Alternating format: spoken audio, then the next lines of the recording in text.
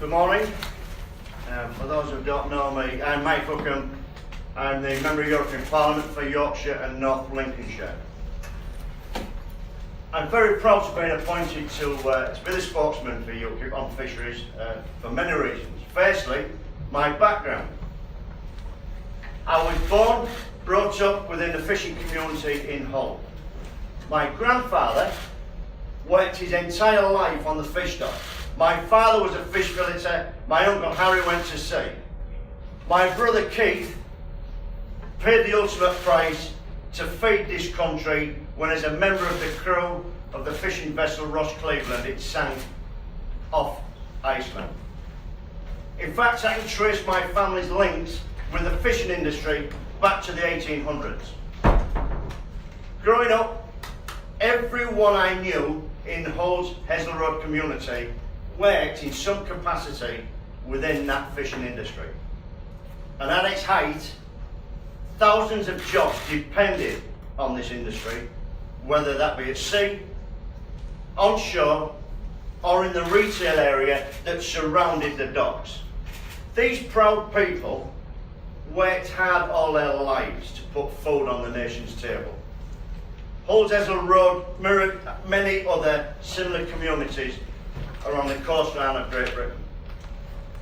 However, in 1973, every person, both living and working within the fishing communities of Britain, was betrayed by a Conservative government led by Edward Heath when he took us into the then European Economic Community.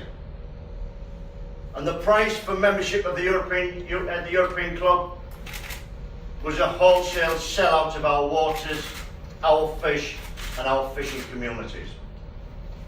The traditional parties will tell you this is untrue and that the loss of our fishing industry was simply due to the Icelandic cod wars.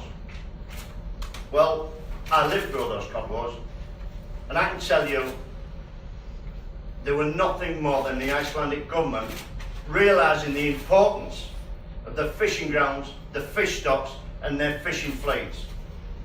If we'd had a government then and since that had the balls to stand up for British fishermen in the same way, the UK would still have a strong fishing fleet today. Instead, communities like the one I grew up in Hull are no more. And the same pattern is repeated up and down the coastline of Great Britain, as the decline of the fishing industry continues to cut deeply into the fortunes of these once proud towns and villages. Today, we see another Conservative government, this time led by Theresa May, once again poised to betray what remains of the UK's fishing industry. And where are the opposition parties fighting for British fishing? The Labour Party, once the bastion of the working man and woman, are unwilling to confirm what their Brexit policy will be. In Scotland, where 93% of the fishermen voted to leave the European Union, we see SNP candidates willing to sign a pledge in support of fishermen, while their leader Nicola Sturgeon speaks of an independent Scotland signing up to the European Union and the common fishery policy it holds so dearly. Only the UK Independence Party is fully committed to supporting our fishing communities and reclaiming our 200-mile exclusive economic zone that is our right under international law. The fact is, according to recent figures by Fishing for Life, the fishing industry's net to plate value is worth a massive £6.3 billion to the UK economy, should we fully exploit it. So today, I'm very proud to roll out UKIP's Future for Fishing policy to secure the industry's future and ensure the survival of what remains. We must first repeal the common fisheries policy in its entirety and immediately restore our sovereignty and control of the entire UK exclusive economic zone, as is our right under economic law.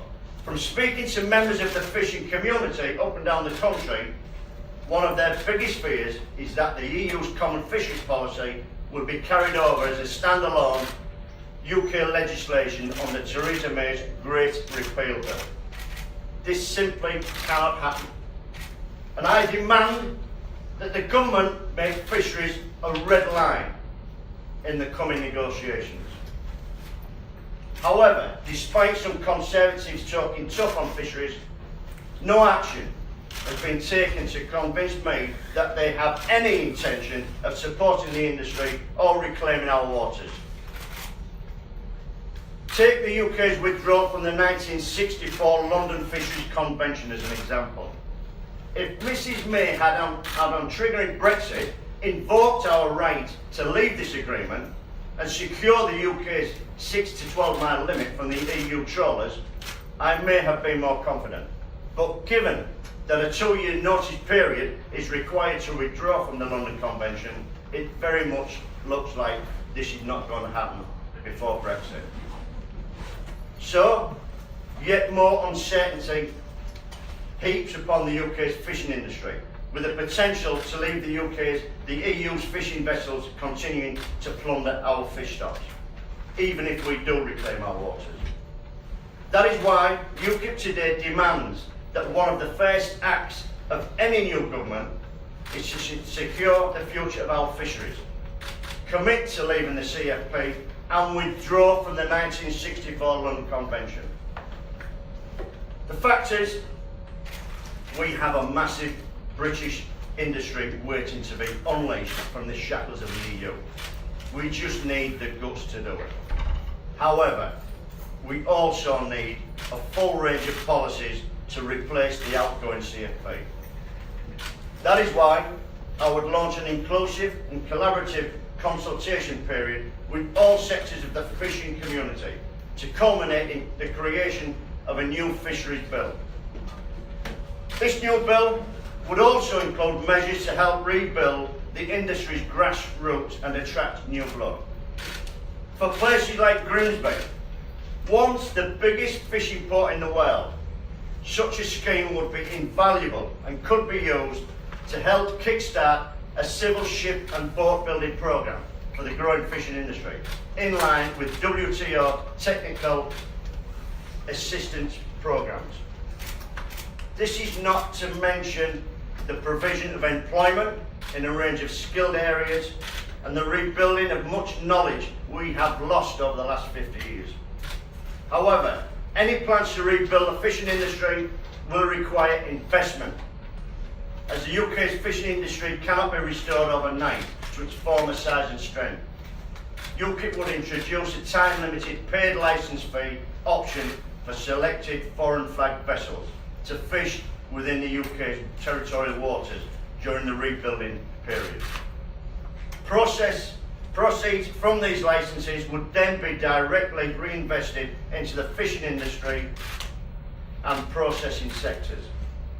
However, any licensing for foreign vessels must be coupled with a strengthening of the Merchant Shipping Act to ensure all fish caught within the UK's EEZ are landed, processed and sold in the UK, which would also help to inject more much needed capital into the fishing industry.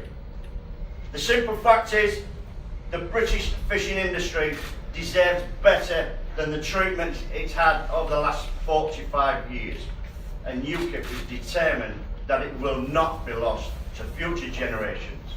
Thank you very much.